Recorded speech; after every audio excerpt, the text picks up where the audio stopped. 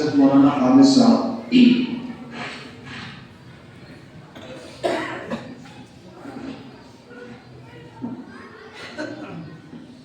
السلام علیکم ورحمۃ اللہ وبرکاتہ.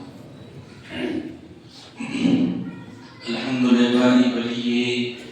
للہ رب العالمین والصلاة والسلام علی اشرف الانبیاء والمرسلین وعلى آلہ واصحابہ اجمعین. اما بعد فقد قال اللہ سبحانہ وتعالی ما اصابکم من مصیبۃ فبما کسبت ایدیکم ویعفو عن کثیر. معزز حاضرین، یہاں تشریف فرما ہمارے ضلع کے، ہمارے تحصیل کے حضرات علماء کرام، بزرگان دین اور امت مسلمہ کے غیور نوجوانوں، ہم اور آپ یہاں جمعیت کی مناسبت سے جمع ہوئے ہیں. جمعیت علماء کا نام آپ سوشل میڈیا کے ذریعے، الیکٹرانک اور پرنٹ میڈیا کے ذریعے سنتے رہتے ہوں گے، لیکن اس جماعت کی تاریخ کیا ہے، جماعت کو کن لوگوں نے بنایا، اس کے آغاز اور مقاصد کیا تھے، موٹی موٹی باتیں ہمارے ذہن میں رہنا ضروری ہے. جمعیت کو سمجھنے سے پہلے آپ حضرات کو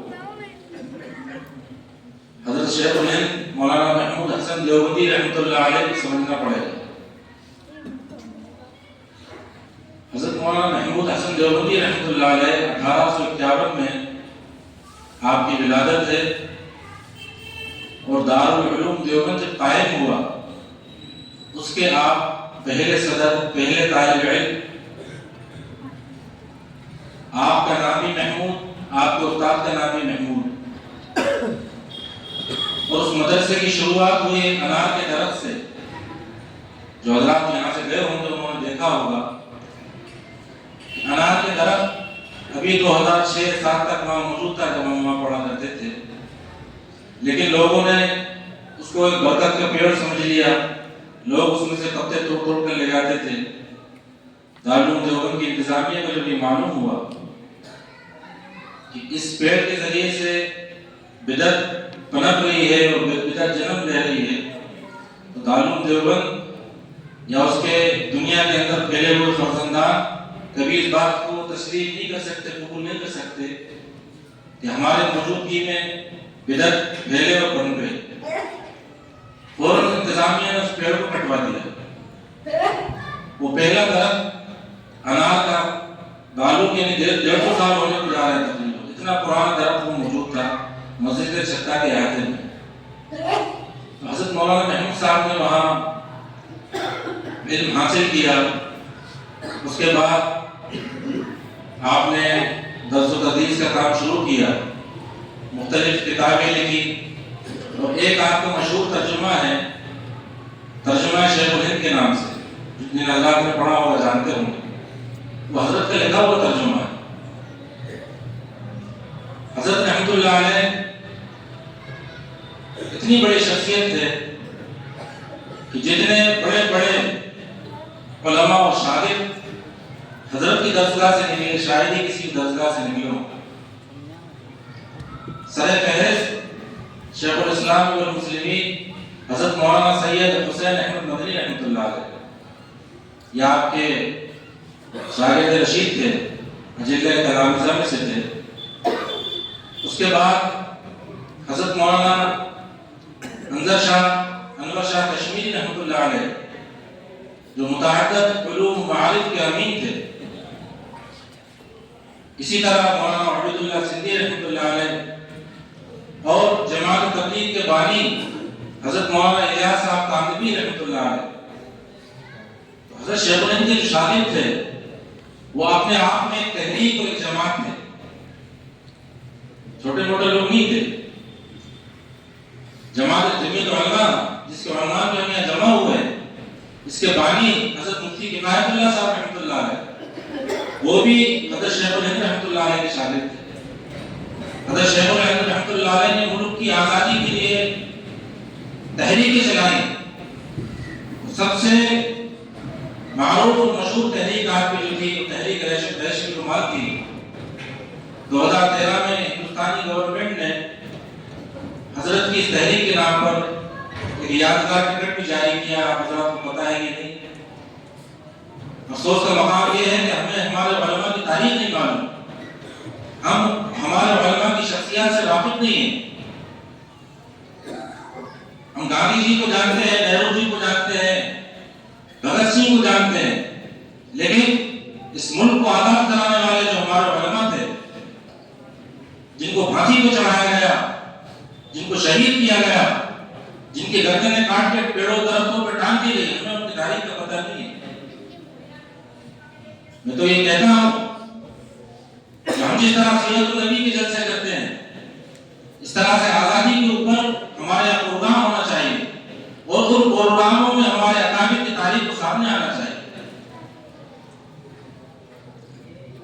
2009 میں ہم نے دارالعلوم دیوبند میں پڑھتے ہوئے ایک آزادی کو عنوان پہ مدرسے کے باہر ایک محلہ ہے مرضیہ الحق، وہاں ہم 3-4 طلبہ نے مشورہ کر کے ایک پروگرام رکھا۔ اس زمانے میں حضرت مولانا سید ارشد مدنی صاحب دعوت برکاتہ نئے صدر بنے تھے جمعیت کے، حضرت کا وہاں خطاب کرایا، یوٹیوب وغیرہ پر خطاب موجود ہے۔ حضرت کا وہ خطاب بڑا تاریخی خطاب تھا، اور حضرت نے اس خطاب کے اندر جن باتوں کو اٹھایا، خصوصاً آپ کو یاد ہوگا 2005، 2009، 2008 اس زمانے میں ہندوستان میں جگہ جگہ مسجدوں کے باہر چوک چوراہوں کو بم بلاسٹ ہو رہے تھے، اور ان بلاسٹ میں مسلم نوجوانوں کو پکڑا جا رہا۔ حضرت مولانا کا بیان، حضرت نے فرمایا کہ کانگریس گورنمنٹ، سینٹرل میں گورنمنٹ کانگریس کی تھی، گرہ منتری شیوراج پاٹل تھے۔ حضرت مولانا نے فرمایا کہ کانگریس کے اندر جو اونچی لیڈرشپ ہے، ان کے اندر سنگھ کے لوگ بیٹھے ہوئے، اور گرہ منتری جو ہے وہ RSS کا آدمی ہے، جہاں بھی بلاسٹ ہو رہا ہے مسلمانوں کو پکڑا جا رہا ہے، اس کی کوئی جانچ نہیں ہو رہی ہے۔ حضرت کو اس کے بیان کے چند دنوں کے بعد سینٹرل گورنمنٹ نے شیوراج پاٹل کو گرہ منترالیہ سے ہٹا دیا۔ اس پروگرام میں حضرت نے ہمارے بزرگوں کی تاریخ رکھی ہے۔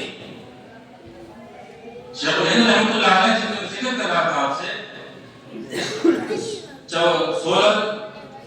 1916 کے اندر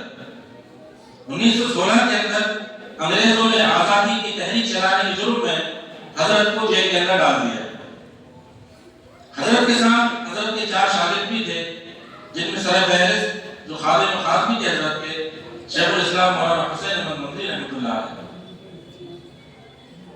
حضرت نے فرمایا کہ مجھے تو انگریز انہوں نے اس وجہ سے جیل کے اندر ڈالا ہے کہ میں ان کی مخالفت کر رہا ہوں، تم لوگ تو بے قصور ہو، اپنے رہائی کی کوشش کرو۔ شاگردوں نے کہا حضرت ہمیں مرنا پسند ہے، لیکن ہم آپ کی خدمت سے دور ہونا نہیں چاہتے۔ حضرت رحمۃ اللہ علیہ جیل میں رہتے ہوئے جیسے مولانا حضرت صاحب نے فرمایا کہ ان کے ایک شاگرد تھے مفتی کفایت اللہ صاحب رحمۃ اللہ علیہ، دہلوی رحمۃ اللہ علیہ۔ مفتی صاحب رحمۃ اللہ علیہ بہت بڑی شخصیت تھے، حضرت جیل میں بند تھے۔ 1919 میں حضرت مفتی صاحب نے اس جماعت کی بنیاد رکھی کہ ہمارے استاد اور ہمارے شیخ جیل سے باہر آئیں گے تو اس کو پلیٹ فارم چاہیے کام کرنے کا،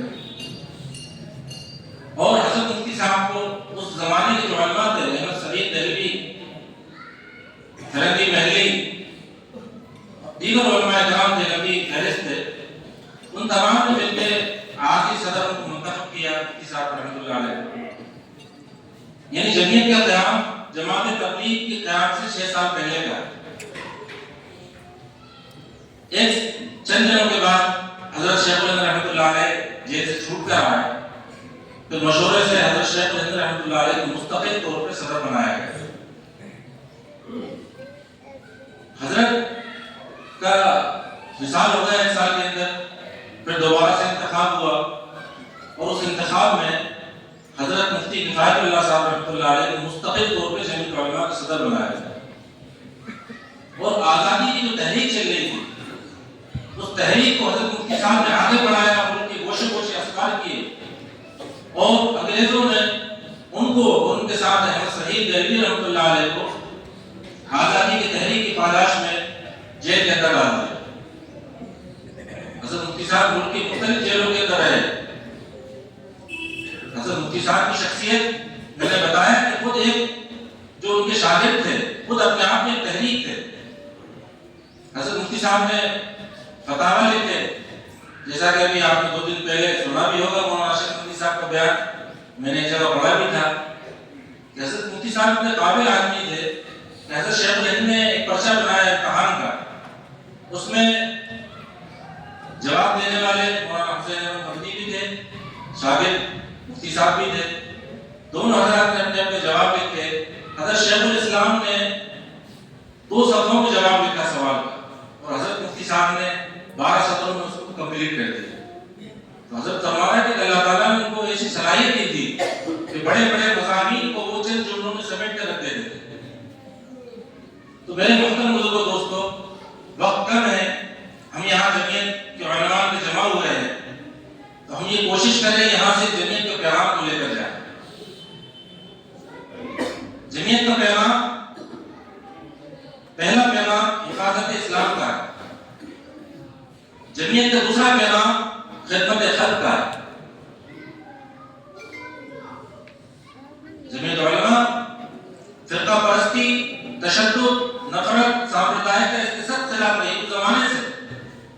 1947 के अंदर जब मुल्क का बंटवारा हुआ, उसमें अलग पाकिस्तान बनाने की तहरीकें चली, उस जमाने के हमारे बुजुर्गों ने, जमीयत उलमा के बुजुर्गों ने इस सांप्रदायिकता और इस नफरत के खिलाफ खड़े हुए मुसलमानों को समझाया कि मुल्क मत तोड़ो, नुकसान उठाओ। लोग नहीं माने, उन्होंने अलग मुल्क बना लिया, वो वहां परेशान है, इधर हम लोग अकलियत में आके हम यहाँ परेशान हो गए। हमारे बुजुर्गों की सोच अलग थी, और आज भी इस मुल्क के अंदर जो सांप्रदायिकता और नफरत का बाजार गर्म है, हज़रत सदर मोहतरम मौलाना अशरफ नदवी साहब खातून जगह जगह स्टेजों से इसके खिलाफ बयान दे रहे। फिरका परस्ती होगी तो मुल्क को नुकसान होगा, मुल्क जैसे पहले टूटा था फिर दोबारा टूट सकता है। मेरे मुसलमानों से दरखास्त है कि जो फिरका परस्ती चल रही है तो आप खत्म करिए, आप भी आगे बढ़िए, गैरों के साथ मेलजोल को बढ़ाइए, उनके साथ बैठिए, उनकी जरूरतों में काम आइए, खिदमत के दरवाजे अपने खोल दीजिए। इंशाअल्लाह देखना कि पूरे इलाके में एक मोहब्बत का माहौल कायम हो जाए। ये बात तो इस साल इज्तिमा में हज़रत मौलाना साहब दावत ने फरमाई कि मुसलमान अपने दिलों की तंगी को दूर कर लेंगे तो अमन और अमान कायम हो जाएगा। हमारा दिल, हमारा कुलूब ये सहाबा इकराम रिज़वानुल्लाह तआला अलैहिम अजमईन की तरह होना चाहिए कि हम सबको लेके चलने वाले हों। हज़रत ने ये भी फरमाया कि एक गैर मुस्लिम का जनाजा जा रहा है, अल्लाह के नबी सल्लल्लाहु अलैहि वसल्लम को देख खड़े हो, किसी ने एतराज किया तो आपने फरमाया वो भी इंसान है। तो तंग नजरी, तो ताज्जुब एक तरफ से नहीं है, दोनों तरफ से। कोई आदमी तिलक लगाए हुए है, चोटी रखा हुआ है, अपने कंधे पे गमछा रखा हुआ है भगवा कलर का, हम उसको देखते कहते हैं बजरंगी है या कट्टर आदमी, तो जाहिर है कि वो भी हमें देखते कहते होंगे हम भी कुर्ता शलवार में है, दाढ़ी टोपी वाले। तो अपनी जहनों को वसत दीजिए, जो गलत लोग हैं, गलत आदमी हैं, उनकी बात नहीं करते हैं। आम लोगों से आप मेलजोल को बढ़ाइए, खिदमत कीजिए, लोगों के काम आइए, इंशाअल्लाह ताला अमन और अमान कायम होगा। जमीयत का दूसरा पैगाम लेके जाएं कि माशरे के अंदर जो बदअमनी है, जो गुनाह के काम हो रहे हैं, हमारे नौजवान रातों में जाग रहे हैं, हमारे नौजवान जिना के अंदर मुब्तला है, हमारी बच्चियां गैरों के साथ भाग रही हैं, हमारी मस्जिदें नमाजों से खाली हैं, जहेज का लेन देन है, समाजी जो बुराइयां हैं मुसलमानों के अंदर, हम सबको मिलकर उन बुराइयों का खात्मा करना है। वरना याद रखिए कि आपकी जो आने वाली परेशानियां हैं, जो मौजूदा परेशानियां हैं, ये आपके अमाल का नतीजा है। जो मैंने कुरान की आयत पढ़ी जिसमें अल्लाह रब्बुल इज्जत फरमाते हैं मा असाबकुम मिन मुसीबतिन फबिमा कसबत अयदीकुम, जो परेशानी आ रही है वो तुम्हारे अमाल की वजह से आ रही है, जो हुकूमत तुम्हारे ऊपर मुसल्लत की जा रही है तुम्हारे अमाल की वजह से की जा रही है। आप कितनी ताकत लगा रहे किसी को हटाने की, नहीं हटा सकते। आप अपने अमाल को दुरुस्त कर लीजिए, अल्लाह रब्बुल इज्जत खुद हालात को बदल कुदसी अल्लाह ताला फरमाते हैं अना मालिकुल मुल्क, अना मालिकुल मुल्क, कुलूबुल मुलूक की बियदी, कि मैं बादशाहों का बादशाह हूँ, शहंशाहों का शहंशाह हूँ, और तमाम बादशाहों के हुक्मरानों के दिल मेरे कब्जे कुदरत में। तुम अगर मेरी इताअत करोगे, मेरी फरमाबरदारी करोगे, तो मैं हम उस हुक्मरान के दिल में तुम्हारी मोहब्बत और प्यार को डाल दें।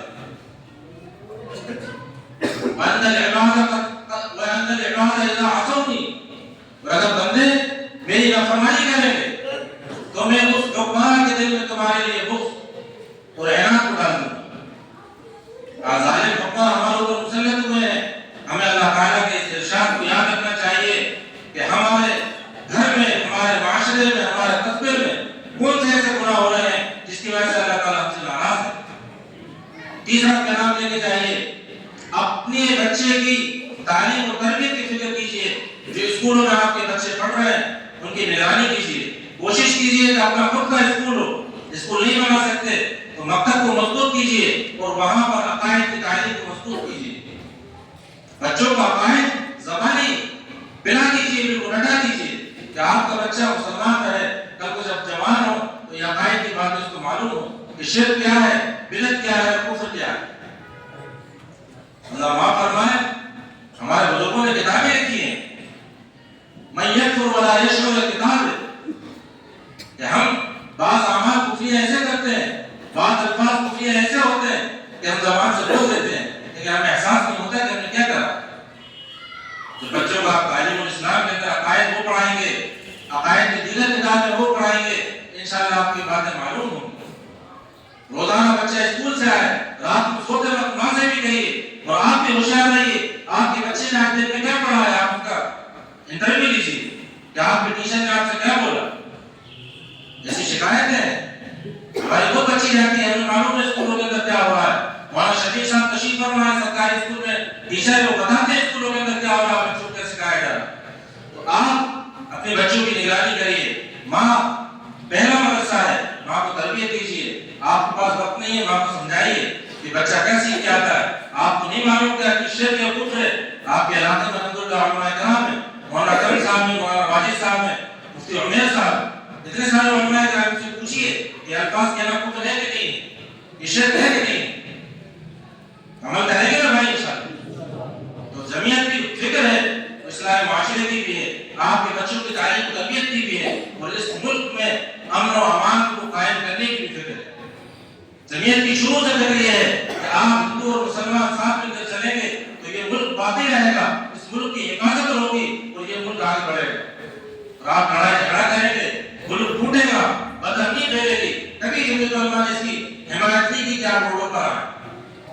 ये बातें सुना के बात खत्म करता हूँ। बाबरी मस्जिद के शहीद होने से पहले मुल्क के अंदर हालात खराब थे। मुसलमानों की दीगर तंजीमें रोडों पर आके मुसलमानों को लाके हंगामा कर रही थी। किसी ने हजरत फिदाई मिलत मौलाना सैयद असद मदनी रहमतुल्लाह अलैह जो जमीयत उलमा के उस जमाने के सदर थे, हजरत से आपने कहा कि हजरत मुल्क में ऐसे हालात हैं तो तमाम जमातें रोडों पर हैं, आपकी जमीयत क्या कर रही है। हजरत ने फरमाया कि जमीयत उलमा जो हालात देख रही है, ये रोडों पे आना इसको मुसलमानों के लिए अच्छा नहीं समझती है, इसका मुसलमान नुकसान उठाए, इसलिए जमीयत सड़कों पे आने को मना करती है। चंद साल के बाद हजरत ने फरमाया कि अगर माहौल इस तरह से रहा, हजरत की पेशन गोई थी भाई, कैलेंडर क्या है, कैलेंडर जो देखता है वो बोलता है। हजरत उस चीज को महसूस कर रहे थे। हजरत ने फरमाया कि इस तरह से माहौल रहा तो बाबरी मस्जिद भी शहीद होगी और इस मुल्क में ऐसे हालात जहर आलूद बन जाएंगे कि मुसलमानों को सांस लेना दूभर हो। हजरत की दोनों पेशन हुई है बहुत सारी।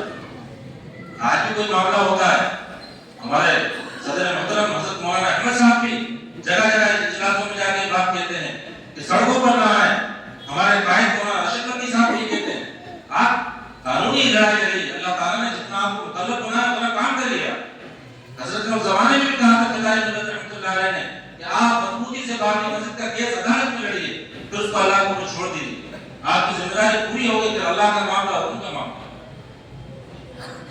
मेरे आज़ीज़ दोस्तों बुजुर्गों, बात तवील हो गई। असल किताब हजरत मौलाना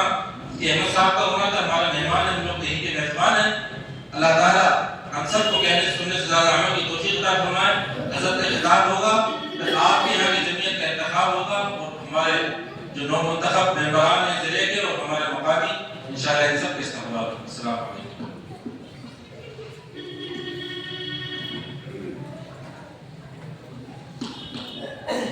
ماشاء اللہ، جزاک اللہ، بہت قیمتی باتیں حضرت نے ارشاد فرمائی ہیں۔